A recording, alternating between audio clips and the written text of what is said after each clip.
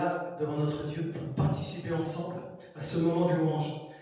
On veut vraiment bénir le Seigneur parce que jusqu'à ce jour, il nous a tenus debout. Et nous voulons lui rendre gloire dans cet instant. On veut vraiment l'élever au-dessus de tout nom parce qu'il est notre Dieu. Et parce que dans ces temps de Covid, il nous garde, il nous bénit, et nous vivons des expériences avec lui. On voudrait vous encourager à bénir et à louer en ces instants, dans ces moments de chant, dans ces moments de partage, à bénir et louer notre Dieu parce qu'il en est digne. Amen. Nous allons commencer par ce chant qui nous dit « Le roi dans sa splendeur, Dieu est grand, Dieu est magnifique, Dieu est merveilleux. » Et nous voulons lui dire ensemble. Alléluia.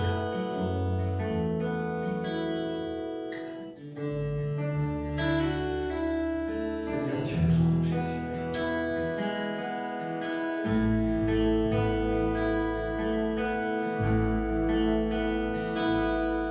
Le roi dans sa splendeur,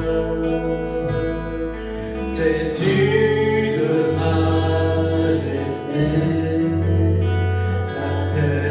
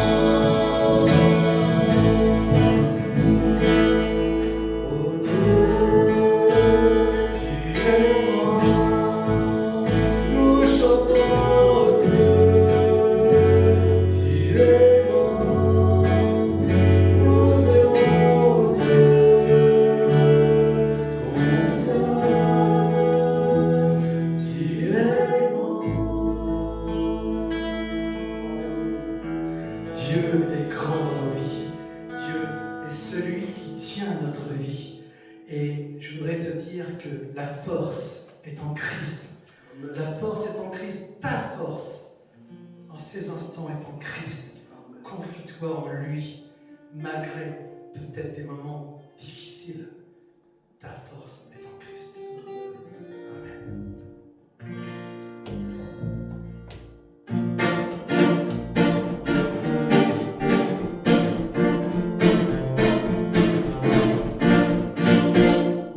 Veux-tu briser du péché le pouvoir? Ta force est en Christ, ta force est en Christ. Si dans ton cœur tu veux le recevoir, ta force est dans le sang de Christ. Je suis fort, fort, oui, plus que vainqueur, par le sang de Jésus.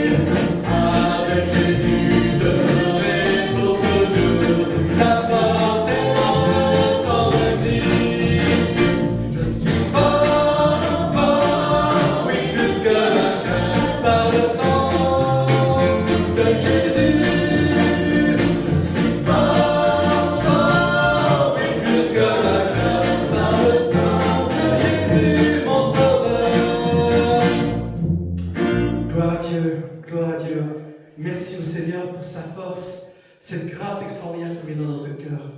Et pour plus maintenant rentrer dans ces moments d'adoration, ces moments de louange, je voudrais partager ce chant et vous dire que Christ est tout en moi. Et il faudrait que, en ces instants, vous puissiez le dire dans votre cœur. Christ est tout en moi. Christ est tout pour toi. Et dans les moments, quels que soient les moments que tu traverses, rappelle-toi et confesse en ces instants par la louange que Dieu est tout pour toi. Et là, sa force viendra. Et là, sa force te remplira et tu pourras traverser les épreuves, traverser les obstacles. Parce que Jésus est avec toi. Amen. Tu es merveilleux, Seigneur Jésus. Tu es tout pour nous, Seigneur. Tu es tout pour nous, Seigneur, et nous nous approchons de toi, Seigneur. Remplis-nous de ta force, Seigneur Jésus. Nous voulons confesser qu'en toi, nous avons cette force. En toi, nous avons toutes choses pleinement, Jésus. Amen. Gloire à Dieu. Christ est tout pour moi, il est ma récompense.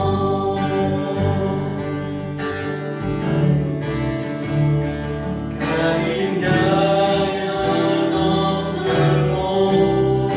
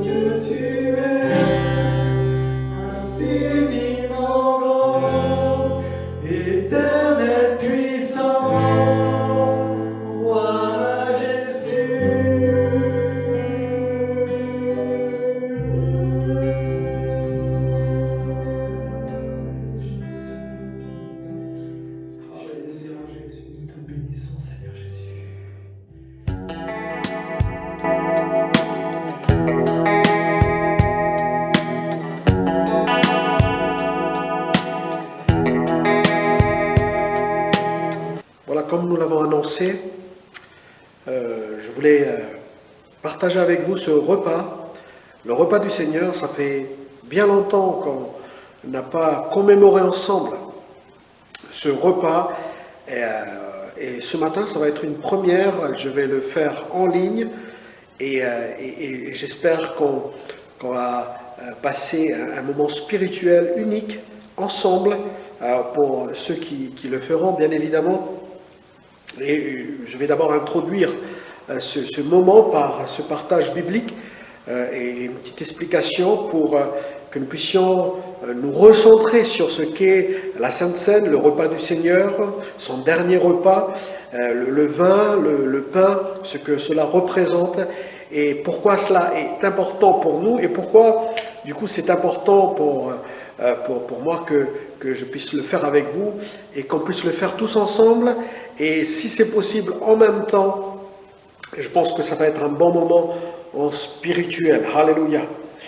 Alors je lis un passage dans Marc chapitre 14, verset 22. Alors nous sommes dans les derniers instants de la vie de Jésus, dans les derniers instants de la vie avant sa crucifixion et on peut imaginer le cœur de Jésus qui va aller à la croix et voici ce qu'il fait. Marc chapitre 14, verset 22.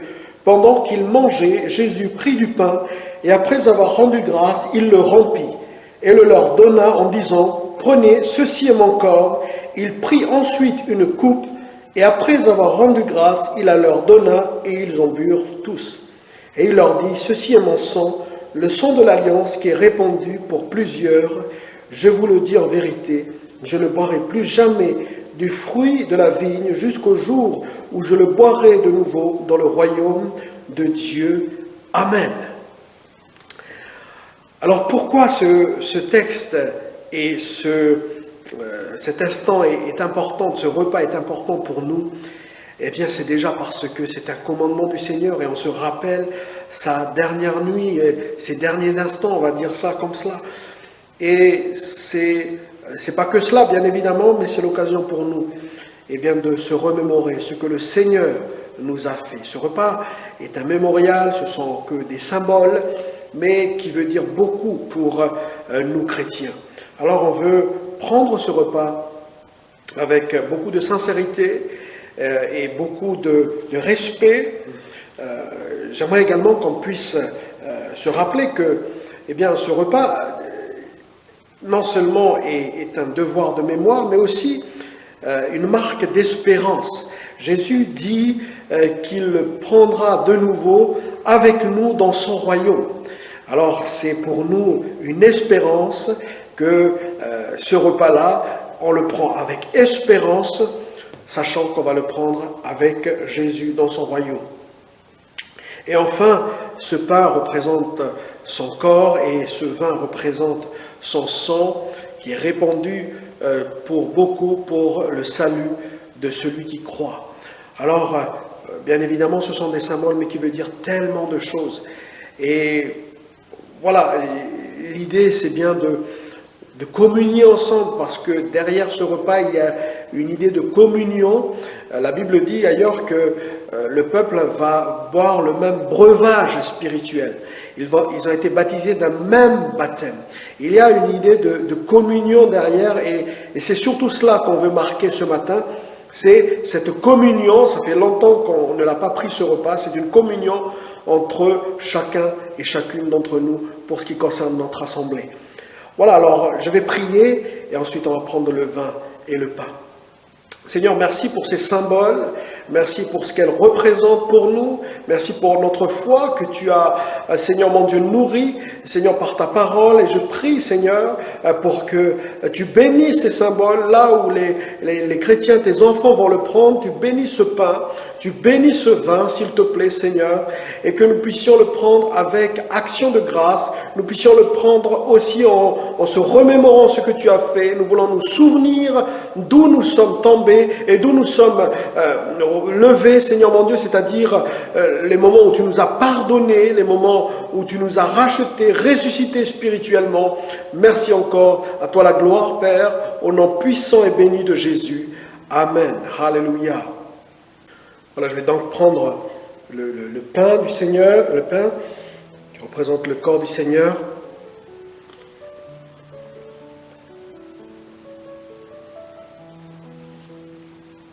J'espère que nous le prenons ensemble, voilà, dans une communion spirituelle. Et le vin,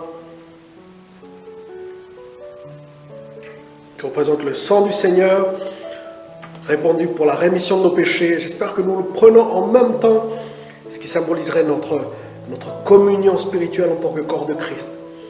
Voilà, que le Seigneur vous bénisse et continuez à louer le Seigneur, continuez à le prier, à être en communion avec lui, que Dieu vous bénisse. Amen.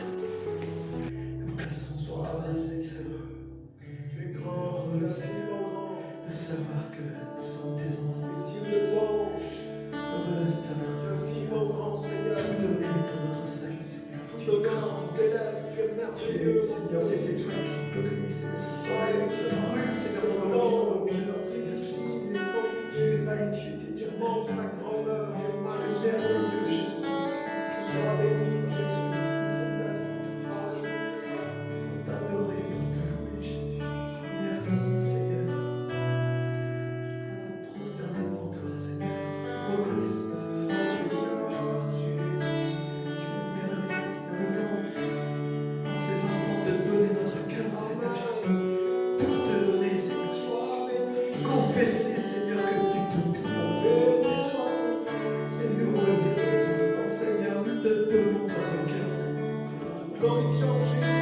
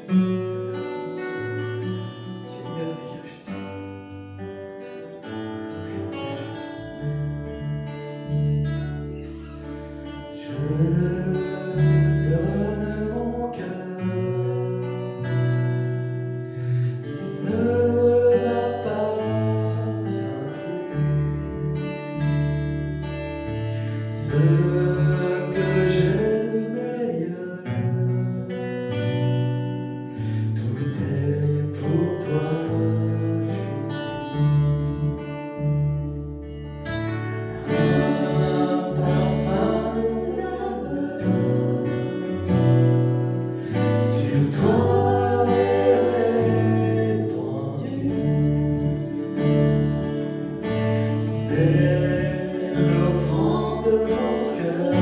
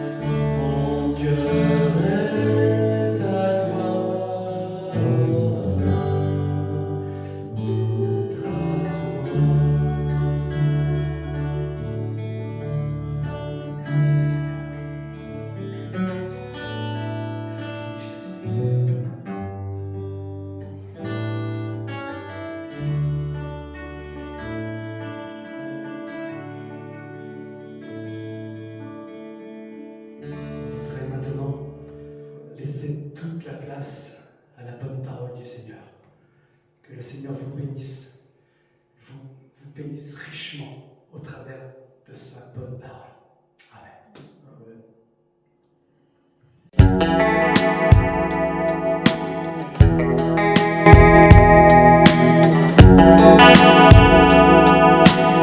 Voilà, bonjour à chacun, bonjour à chacune. Heureux de pouvoir ouvrir avec vous la parole de Dieu, la Bible, pour nous aider à aller plus loin avec Dieu, plus loin avec le Seigneur, à marcher par la foi, voilà, dans un monde, dans un contexte actuel qui est assez compliqué, assez difficile. Je crois que cette parole peut nous communiquer encore plus de force, plus de foi, plus de vitamines spirituelles, eh bien pour nous amener plus loin dans les projets de Dieu. Voilà, que le Seigneur nous bénisse. Dans Nombre chapitre 14, et le verset 1er, Nombre chapitre 14, le livre des Nombres, au chapitre 14, on va lire à partir du verset 1er, une longue lecture, mais pour nous encourager, je crois qu'il n'y a rien de mieux que la parole de Dieu. Alléluia. Toute l'assemblée, je lis dans la version second 21. Toute l'assemblée se souleva et poussa des cris, et le peuple pleura pendant la nuit. Tous les Israélites murmurèrent contre Moïse, et Aaron et toute l'assemblée leur dit, « Si seulement nous étions morts en Égypte ou dans ce désert, pourquoi l'Éternel nous fait-il aller dans ce pays où nous tomberons par l'épée, où nos femmes et nos petits-enfants deviendront une proie? Ne vaut-il pas mieux pour nous retourner en Égypte ?» Et ils se dirent l'un à l'autre, « Nommons un chef et retournons en Égypte. » Moïse et Aaron tombèrent le visage contre terre, devant toute l'assemblée réunie des Israélites. Membres de l'équipe qui avait exploré le pays, Josué, fils de Nun, et Caleb, fils de Yefouné, déchirèrent leurs vêtements et dirent à toute l'assemblée des Israélites, « Le pays que nous avons parcouru pour l'explorer est un pays très bon, excellent. Si l'Éternel nous est favorable, il nous y conduira et nous le donnera. C'est un pays où coule le lait et le miel. Seulement, ne vous révoltez pas contre l'Éternel et n'ayez pas peur des habitants de ce pays, car nous ne ferons d'eux qu'une bouchée. Ils n'ont plus de protection et l'Éternel est avec nous. N'ayez pas peur d'eux. » Toute l'assemblée parlait de les lapider lorsque la gloire de l'Éternel apparut sur la tente de la rencontre devant tous les Israélites. L'Éternel dit à Moïse, « Jusqu'à quand ce peuple me méprisera-t-il? Jusqu'à quand ne croira-t-il pas en moi, malgré tous les signes que j'ai accomplis au milieu de lui? Je le frapperai par la peste et je le détruirai, mais je ferai de toi une nation plus grande et plus puissante que lui. » Moïse dit à l'Éternel, « Les Égyptiens ont appris que tu as fait sortir ce peuple de chez eux par ta puissance. » Et ils l'ont dit aux habitants de ce pays. Ils ont appris que toi, l'Éternel, tu es au milieu de ce peuple, que tu apparais visiblement, toi, l'Éternel, que ta nuée se tient sur lui, que tu marches devant lui, le jour dans une colonne de nuée et la nuit dans une colonne de feu. Si tu fais mourir ce peuple d'un seul coup, les nations qui ont entendu parler de toi diront, l'Éternel n'avait-il pas le pouvoir de conduire ce peuple dans le pays qu'il avait juré de lui donner? C'est pour cela qu'il a exterminé dans le désert. Maintenant que la puissance du Seigneur se montre dans sa grandeur conformément à ce que tu as déclaré. L'Éternel est lent à la colère et riche en bonté. Il pardonne la faute et la révolte, mais il ne traite pas le coupable en innocent, et il punit la faute des pères sur les enfants jusqu'à la 3e et la 4e génération. Pardonne la faute de ce peuple, conformément à la grandeur de ta bonté, tout comme tu lui as pardonné depuis l'Égypte jusqu'ici. L'Éternel dit, « Je pardonne, comme tu l'as demandé, mais je suis vivant, et la gloire de l'Éternel remplira toute la terre. Ces hommes ont vu ma gloire et les signes que j'ai accomplis en Égypte et dans le désert. Ils m'ont provoqué déjà 10 fois et ne m'ont pas écouté. Aucun d'eux ne verra le pays que j'ai juré à leurs ancêtres de leur donner. Aucun de ceux qui m'ont méprisé ne le verra. Quant à mon serviteur Caleb, parce qu'il a été animé d'un autre esprit et qu'il a pleinement suivi ma voie, je le ferai entrer dans le pays où il est allé et sa descendance le possédera. Les Amalécites et les Cananéens habitent la vallée. Demain, tournez-vous et partez pour le désert dans la direction de la mer des roseaux. Amen. Voilà une longue lecture pour nous situer un tout petit peu dans ce contexte de Nombres chapitre 14. Le peuple était aux portes du pays promis. Il était aux portes du pays promis. Canaan était devant eux. Et Moïse va envoyer 12 espions, dont Josué, son successeur, son futur successeur, et Caleb, issu de la tribu de Juda. Ces 12 espions vont explorer le pays pendant 40 jours, et là, ils vont venir avec un seul rapport, mais deux avis différents, ou deux conclusions différentes. Ce rapport nous est donné dans Nombres chapitre 13, où il y avait 10 personnes de cette unité d'élite, unité d'espions, 10 personnes qui disaient, mais voilà, ce pays est bon, ce pays où il coule le lait et le miel, ce pays est abondant, mais il y a des géants. Il y a des villes fortifiées. Nombres chapitre 13, du verset 21 au verset 33, vous pouvez le lire dans votre Bible. Ils disent, mais nous ne pouvons pas monter contre ce peuple parce qu'il y a des géants. Mais Caleb, lui, au verset 30, Nombres chapitre 13, Caleb fit taire le peuple qui commençait à murmurer contre Moïse. Il dit, par exemple, montons, emparons-nous du pays. Nous y serons vainqueurs. Mais les 10 autres disent, mais non, Caleb, ils sont plus forts que nous. Ils sont plus forts que nous. Verset 32, il est écrit qu'ils décrièrent devant les enfants de l'Éternel, ils décrièrent devant les enfants d'Israël, le pays qu'ils avaient exploré. Ils dirent, le pays que nous avons parcouru pour l'explorer est un pays qui dévore ses habitants. Tous ceux que nous y avons vus sont des hommes d'une haute taille, et nous y avons vu des géants, enfants d'Anak, de la race des géants. Nous étions à nos yeux et aux leurs comme des sauterelles. Après ce rapport, on va dire assez pessimiste, tout le peuple se mit à murmurer contre Moïse et dire, pourquoi l'Éternel nous fait-il entrer dans ce pays?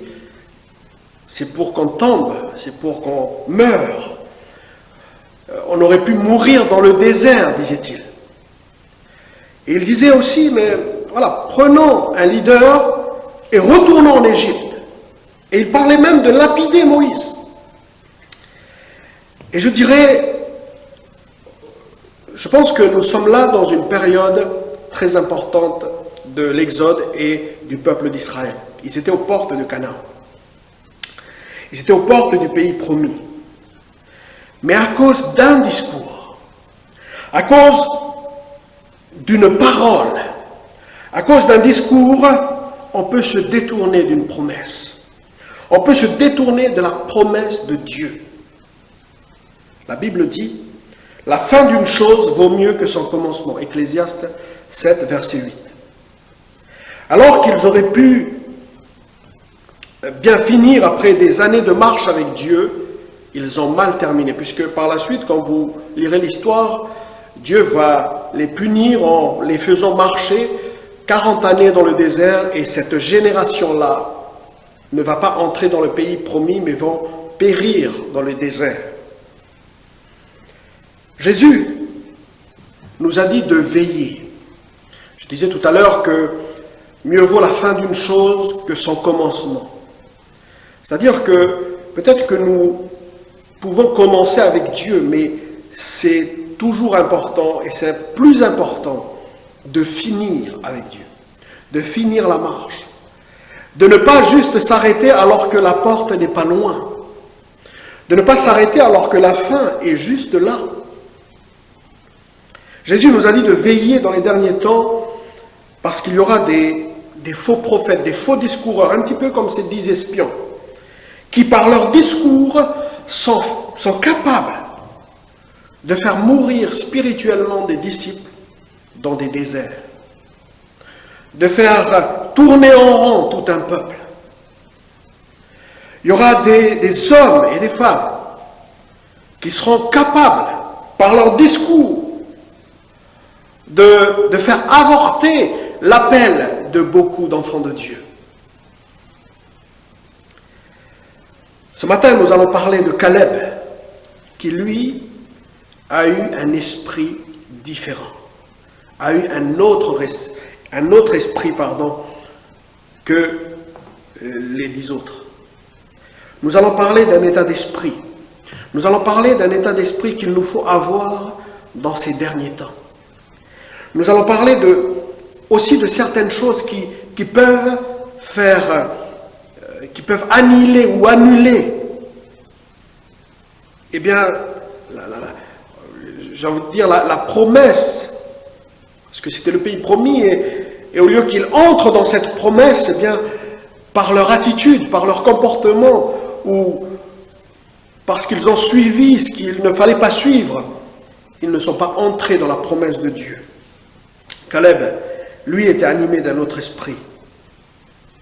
Alors, mon premier point ce matin, je vais parler du pessimisme, ce que j'ai appelé le pessimisme décourageant, le rapport des 10 espions. Le pessimisme décourageant. Ces 10 jeunes, pleins de talent, et certainement charismatiques, ont vu les mêmes choses que Josué et Caleb. Ils ont vu les mêmes choses. La grappe de raisin, le pays où coule le lait et le miel, etc. Mais ils ont donné une conclusion différente. Ces 10 jeunes avaient pourtant porté la grappe de raisin qui pesait lourd. Ils ont vécu même des miracles. Ils ont même, dans les chapitres précédents, ils ont participé à la bataille contre Amalek, la bataille du peuple d'Israël contre Amalek, et ils ont gagné.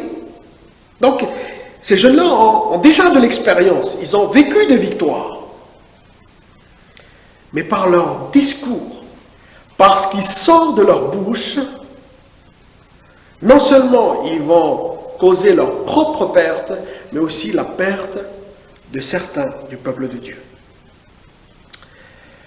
Voici ce qui est écrit dans la version seconde. Ils décrièrent devant les fils d'Israël le pays. Ils décrièrent. Dans le mot hébreu, c'est le mot yatsa, qui veut dire faire sortir. Faire sortir. Littéralement, cela veut dire, non pas qu'ils faisaient de la médisance, mais ils faisaient sortir la médisance dans la bouche des autres. Eux, ils ne médisaient pas eux-mêmes, mais ils faisaient sortir la médisance de la bouche des autres. Je pense que, je m'imagine un petit peu la scène lorsque, voilà, ils étaient contents, ils ont trouvé les fruits, etc. Ils allaient donner un bon rapport à Moïse, et là, ils ont vu des géants, et ils se sont dit qu'ils ne se sont pas dit non, on ne peut pas les combattre, mais ils se sont dit non, on ne va pas les combattre. C'est-à-dire que dans leur tête, il y a déjà une idée précise de ce qu'ils vont faire. Ils savent que leur seule parole ne va pas influencer Moïse. En revanche, s'ils arrivent à convaincre le peuple, là, ils peuvent faire basculer certaines choses. Ils avaient déjà une idée derrière la tête. Pourquoi? Parce qu'ils ne veulent tout simplement pas combattre les géants. Parce que le pays est bon, ils ont dit. Eux-mêmes l'ont dit. Mais il y avait des géants. Ils vont même exagérer un tout petit peu. Ils ont dit, c'est un pays qui dévore les habitants. C'est maintenant le pays qui dévore les habitants. Et face à ces hommes, nous étions comme des sauterelles. Je disais que les 10 espions savaient qu'à eux tout seuls, ils ne peuvent pas faire pencher la balance. Par contre, s'ils réussissent à emmener le peuple, à emmener une foule, là, ça peut changer. Nos paroles ont une importance, surtout quand, des fois, ce sont des paroles dites en public.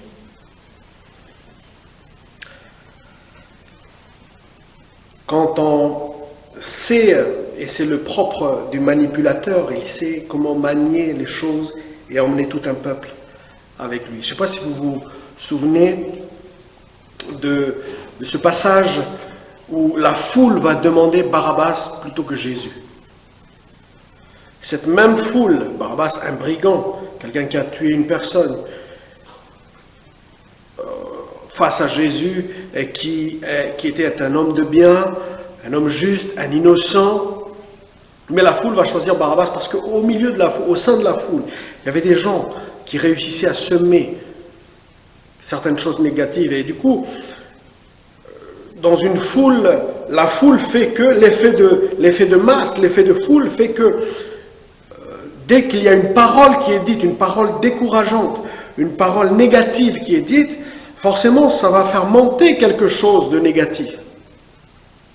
Et du coup, dans cette foule-là, on peut faire sortir la médisance. C'est-à-dire qu'on ne va pas dire nous-mêmes des médisances, mais on peut faire sortir de la médisance dans la bouche des autres.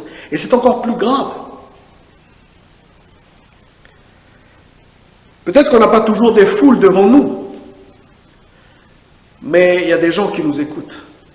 Il y a des gens qui nous observent. Certains parmi nous sont sur des réseaux sociaux et donc leurs paroles, ce qu'ils écrivent, ce qu'ils disent, ce qu'ils aiment, ce qu'ils font, ont un impact. Parfois qu'on ne peut même pas imaginer. Mais je parle surtout des paroles. La Bible dit, Matthieu 12, 37, « Car par tes paroles tu seras justifié, et par tes paroles tu seras condamné. » Autre chose sur le discours de ces 10 espions, j'ai l'impression en lisant le texte que le discours pessimiste, le discours décourageant est plus attrayant que le discours optimiste et le discours encourageant. Pourquoi il est plus attrayant? Parce qu'il ne nous coûte rien. Ça ne va pas coûter de ne pas aller combattre les géants. En fait, le but de ces 10 espions, quand je lis ce texte, c'est finalement de ne pas aller combattre. Et du coup, de rester sur sa zone de confort, si on peut s'exprimer ainsi. Et vu comme cela, le discours pessimiste est beaucoup plus attrayant. Est beaucoup plus attrayant pour la foule. Au moins, on n'aura pas à combattre les géants. Au moins, on n'aura pas à aller faire la guerre. Vous le savez, c'est toujours plus facile de commenter les matchs que de jouer les matchs. Une réalité orientée.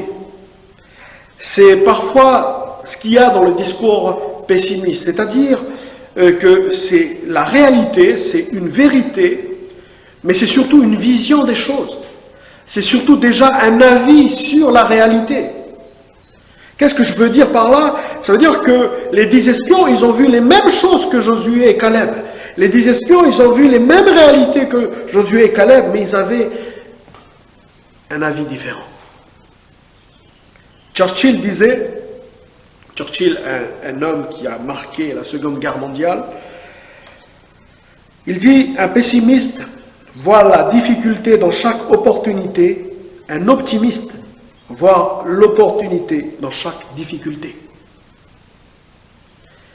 En fait, je crois surtout que c'est un problème de vision. Avec quel regard nous voyons le monde? Avec quel regard nous voyons nos problèmes?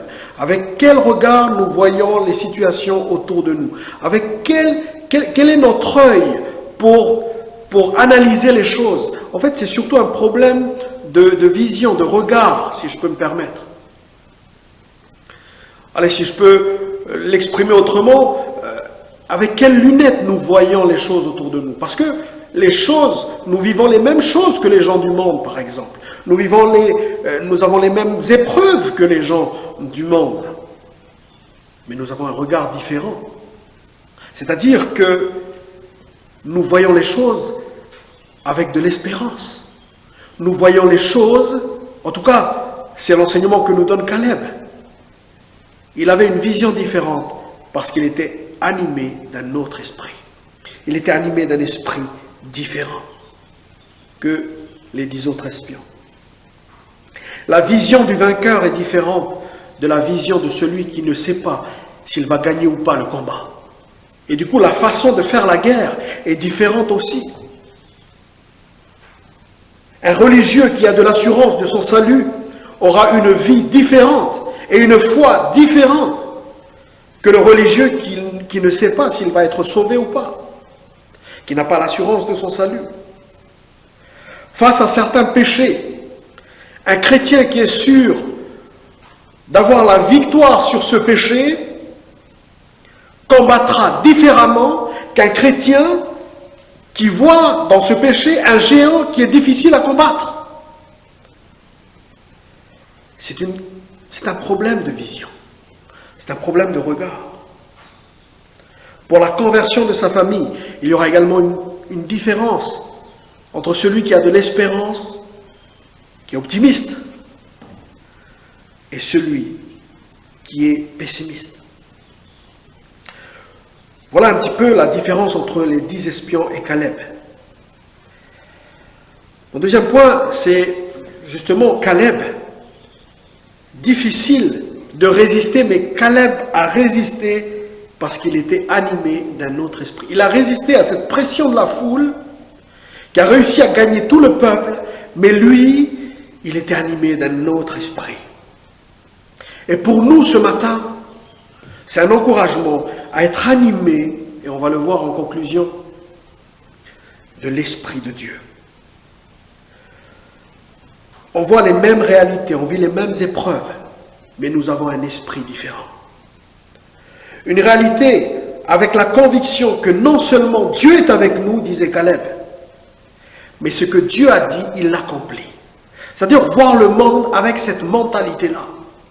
Voir le monde avec la mentalité que non seulement Dieu est avec nous, mais ce que Dieu dit, il l'accomplit. Et du coup, nous voyons le monde avec la vision de la parole de Dieu. En d'autres termes, s'il y a une même situation dans le monde, ou dans nos vies, ou dans nos foyers, dans nos familles, celui qui a l'esprit de Caleb, lui va dire, mais Dieu a une issue à cette situation, a une solution à cette situation.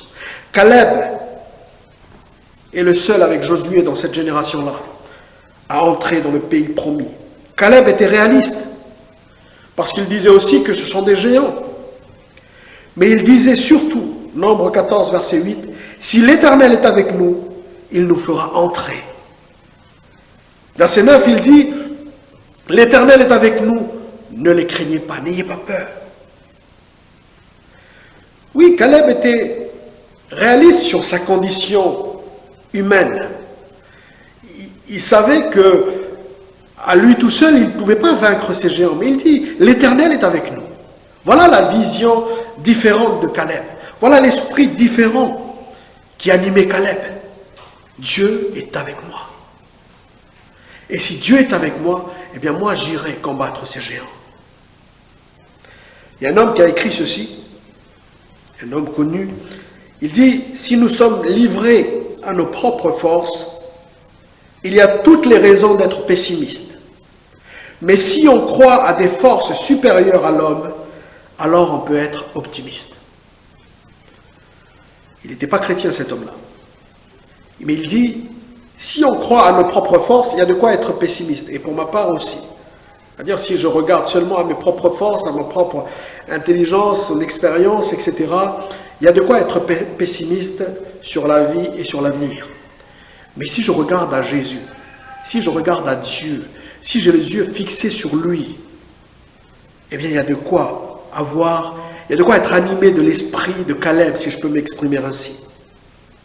Est-ce que les chrétiens doivent être plus sages? Oui.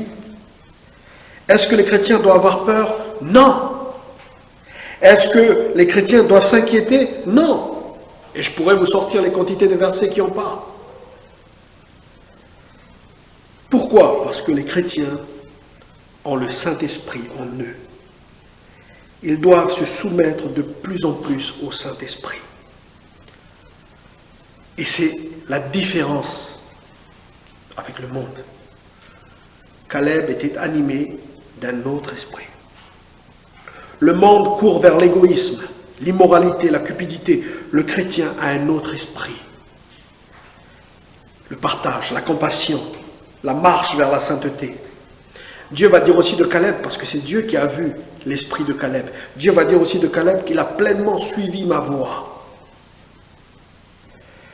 Les commandements de Jésus sont notre guide, notre source d'inspiration. Et ce qui doit animer notre vie et nos décisions.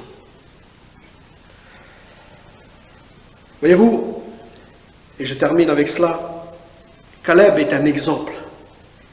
Parce que non seulement il était animé d'un autre esprit, mais il a gardé cet esprit-là. Il a gardé cet esprit encourageant, optimiste.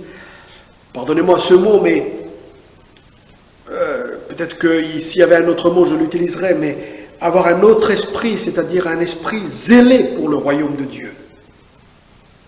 Il aurait pu se décourager et abandonner le peuple, parce que le peuple va faire 40 ans encore dans le désert, faute d'avoir délaissé décrié le pays promis. Mais Caleb est resté avec le peuple. Il est resté avec lui. Et non seulement il est resté, mais 40 ans plus tard, il revient. 40 ans plus tard, il revient. Et voici ce qu'il dit. Josué, chapitre 14, verset 11. Donc, il a à peu près 84 ans. Je suis encore vieux et je suis encore vigoureux, comme au jour où Moïse m'envoya. J'ai autant de force que j'en avais alors, soit pour combattre, soit pour sortir et pour entrer. Donne-moi donc cette montagne dont l'Éternel a parlé dans ce temps-là, car tu as appris alors qu'il s'y trouve des Anakim et qu'il y a des villes grandes et fortifiées. L'Éternel sera peut-être avec moi et je les chasserai comme l'Éternel a dit. Il a été fidèle, il a gardé cet esprit-là, il a gardé ce zèle. Finalement, ce n'est pas une question d'âge, c'est une question de mentalité, c'est une question d'état d'esprit. Et en plus, 40 ans à marcher avec un peuple rebelle, un peuple qui apparemment convenait pas à sa propre mentalité. Ils n'avaient pas la même vision. Mais il est resté avec ce peuple-là. Pourquoi? Parce que la fidélité fait partie de cet esprit-là que Caleb avait. Non seulement il était fidèle à la parole de Dieu, à la promesse de Dieu, mais au peuple de Dieu. Oui, il a des promesses, mais ces promesses ne vont pas s'accomplir sans le peuple de Dieu. Oui, Dieu promet, Dieu a des promesses pour chaque enfant de Dieu, chacun en particulier. Mais ces promesses-là ne vont pas s'accomplir sans le peuple de Dieu entier. Si on peut exprimer ainsi, il était dans une église, on va dire, pas terrible. Mais il n'allait pas entrer dans son appel sans l'église. S'il était parti, s'il quittait ce groupe, s'il quittait ce peuple, eh bien lui tout seul ne pourrait pas entrer dans le pays promis. Voyez-vous, il existe des promesses sur nos vies qui ne s'accompliront qu'avec l'Église locale. Quand vous lisez les épîtres de Paul et de Pierre aussi, ces apôtres parlaient très peu de personnalités ou de personnes, mais ils parlaient surtout aux églises. Et c'est assez intéressant, ils ne parlaient pas à l'Église universelle avec un grand E, mais ils parlaient aux Corinthiens, ils parlaient aux Éphésiens, il y avait chaque église locale avec sa particularité, sa vision, son impact, son influence. Dieu accorde une grande importance, frères et sœurs, une grande importance à l'église locale, à l'église. Caleb n'aurait pas pu entrer, même s'il était vigoureux et zélé, il n'aurait pas pu entrer sans le peuple.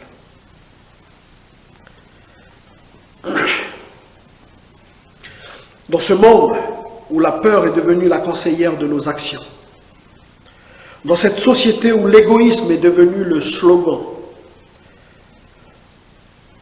nous habitons également, voilà, on va se le dire, nous habitons également au sein d'un peuple qui n'est pas très connu pour sa capacité à être optimiste. Voilà, nous, Français, on est plutôt connus pour notre capacité à nous plaindre. Et c'est pas du mépris ce que je dis là. Capacité à se révolter. Mais nous sommes chrétiens. Nous sommes animés d'un autre esprit que l'esprit du monde. Paul disait, soyez remplis du Saint-Esprit. L'apôtre Paul disait cela. Soyez remplis du Saint-Esprit. C'est-à-dire un autre esprit que l'esprit de ce monde. Un autre esprit que l'esprit du temps. Il est temps que nous puissions vivre. Il est temps que nous vivons ce que l'apôtre appelle la plénitude du Saint-Esprit. Soyez remplis du Saint-Esprit. Ça veut dire que nous allons voir la même situation que ceux qui sont du monde. Nous allons voir les mêmes problèmes, nous allons voir les mêmes épreuves, mais nous avons un esprit différent et une vision différente et un discours différent. Voir et vivre la même crise que les gens du monde, mais en tirer des conclusions différentes, totalement et radicalement différentes, parce que nous avons un esprit différent. L'esprit est ce qui contrôle tout. Et du coup, si nous avons un autre esprit que l'esprit du monde, forcément, nous sommes différents du monde. Nos choix, nos décisions. Un autre esprit, c'est continuer de conquérir des âmes pour Jésus. De chercher premièrement le royaume de Dieu et sa justice.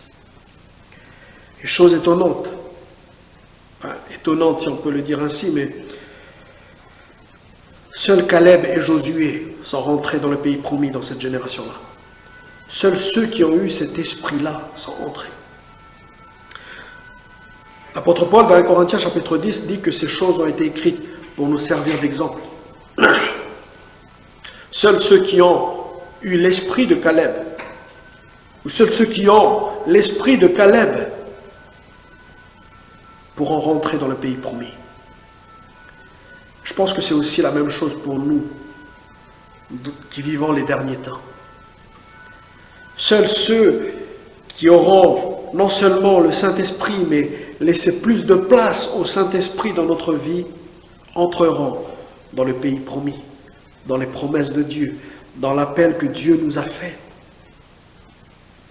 Alors c'est certain que ça va nous coûter,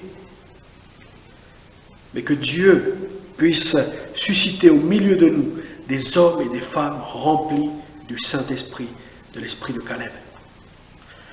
Voilà, je vais prier, que Dieu nous bénisse tous ensemble. Seigneur, merci. Merci de nous aider. Merci de nous convaincre encore par ton Saint-Esprit concernant les promesses de ta parole. Je sais que ce que tu dis, tu l'accomplis. Et je veux, Seigneur mon Dieu, qu'un esprit d'encouragement, Seigneur, puisses-tu susciter du courage dans le cœur du peuple et dans le cœur de chacun. C'est au nom de Jésus que je veux te prier. Amen.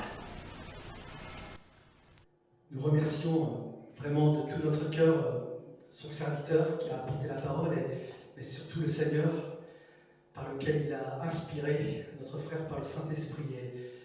Et on va terminer par ce chant. Souffle, Seigneur, souffle de Dieu, nous t'accueillons, viens purifier nos cœurs.